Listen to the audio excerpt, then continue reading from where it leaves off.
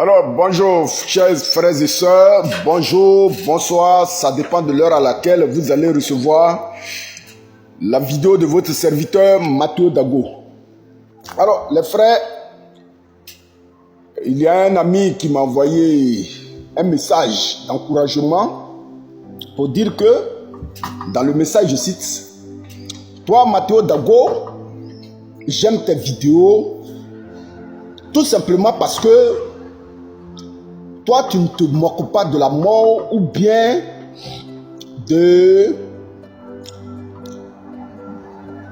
la mort ou bien du silence que nous constatons au niveau de la présidente de la République concernant la vacance du pouvoir par le chef de l'État de Côte d'Ivoire, le président Alassane Ouattara. Et cet ami n'est tout simplement qu'un militant du RHDP que je salue de passage. J'avais voulu afficher son message, mais j'ai pas trouvé nécessaire. Alors les frères, vous savez, nous sommes des Africains, Chez nous en Afrique, quand tu es en discussion avec ton père, sous le fait de la colère, et que tu dis à ton père, si tu n'étais pas mon père, j'allais te gifler. Nous, en tant qu'Africains, là, le raisonnement ou la sagesse qui est dedans, nous disons tout simplement que tu as giflé ton père. Voilà comment nous, les Africains, nous réfléchissons d'abord. Je dis ça parce que je voulais simplement qu'on réfléchisse d'abord en tant qu'Africains. On va réfléchir tous en tant qu'Africains d'abord. Parce que dans son message, il a porté une accusation contre certains cyberactivistes de l'opposition de Gore ou de l'opposition qui se moqueraient de la disparition du président Alassane Ouattara ou de la mort du président Alassane Ouattara ou de la santé du président Alassane Ouattara. Et c'est en cela que je voudrais que nous réfléchissions d'abord en tant qu'Africains. Et c'est en cela que je voudrais que nous réfléchissions d'abord entre le comportement des enfants du village et les enfants du chef. C'est là que je voudrais que chaque Ivoirien ou chaque Africain réfléchisse un peu plus. Et c'est là que je voudrais juste attirer votre attention. Mais surtout, je fais cette vidéo par rapport à la sortie d'un militant du RHDP du nom de Don Dofou qui appelle l'ambassade de Côte d'Ivoire à prendre des mesures contre ces jeunes cyberactivistes de l'opposition qui font des vidéos concernant la santé de notre président de la République, son Excellence Alassane Ouattara.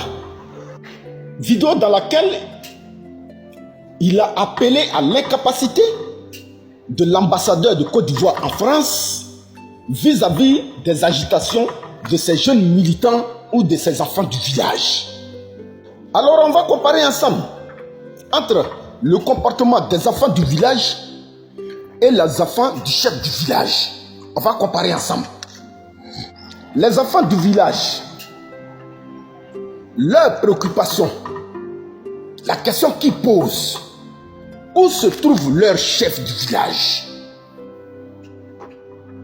Quant aux enfants du chef du village, eux déjà font des campagnes pour le successeur du chef du village.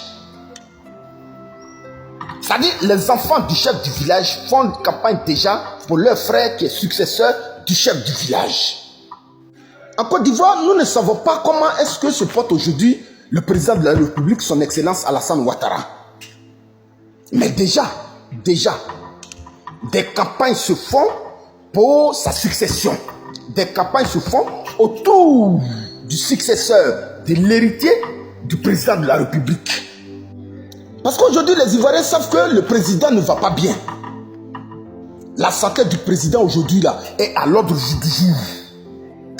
Mais pendant que les prières des Ivoiriens, pour certains chrétiens, pour certains musulmans, sont adressées à Dieu, pour que le président puisse retrouver la santé, des campagnes se font autour de quelqu'un qui serait le successeur du président de la République. Les Ivoiriens savent que le président est malade. Les Ivoiriens savent aujourd'hui que le président de la République ne va pas bien. Mais aujourd'hui, les gens préfèrent faire la promotion ou la campagne du successeur du chef du village, et les bruits sont déjà dans toute la sous-région. Les bruits sont déjà dans toute la sous-région. Alors la question qui se pose, qui souhaite véritablement la mort du président de la République? Qui se moque véritablement de la santé du président de la République? Des t-shirts, des pagnes sont faits à l'effigie du successeur du président de la République. On dit ton papa est malade. Toi, le fils du chef là, le chef du village est malade. Pendant que tout le village s'inquiète, toi déjà tu fais des t-shirts à l'effigie de ton nom. Des clubs de soutien poussent un peu partout. Tout le monde te désigne déjà comme le successeur du président de la République.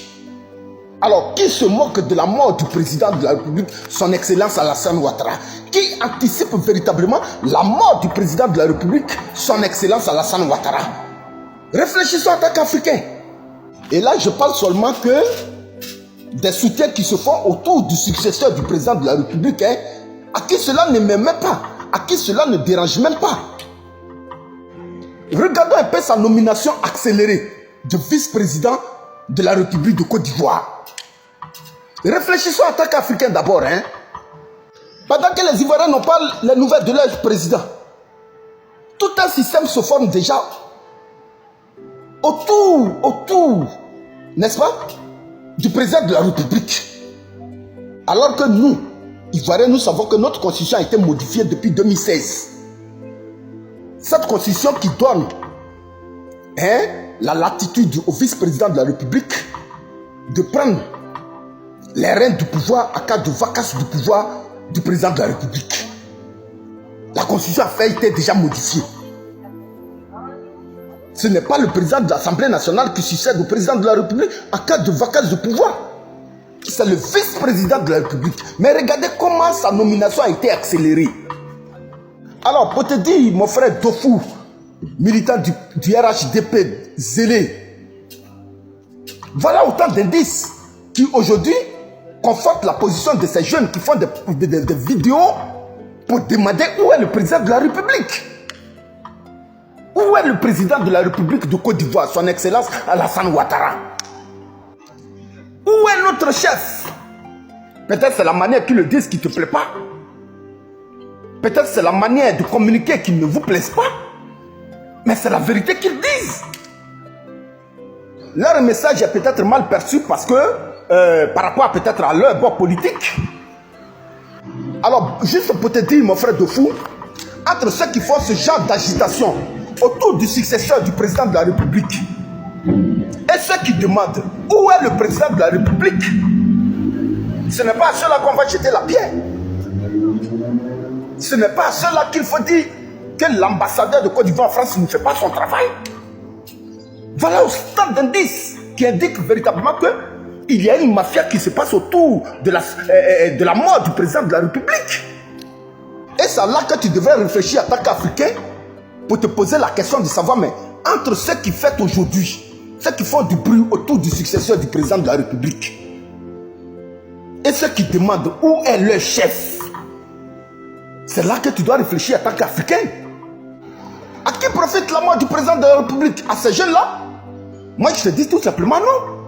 Mais à ceux qui sont déjà prêts, à ceux qui sont déjà prêts, qui font déjà des campagnes pour le successeur là, c'est à eux que profite la mort du président de la République. Alors, mon frère Dofou, les vidéos que font les Oxymore, soldats de Gbagbo, Sakigui, La Graine, tous ces jeunes-là, leurs vidéos ne portent que seulement sur où se trouve notre chef. À l'opposé, où certains sont en train de fêter l'imminent avènement d'un successeur du président de la République. Alors, je te donne autant d'indices pour que tu réfléchisses d'abord en tant qu'Ivoirien et en tant qu'Africain. qui veut véritablement la mort du président de la République.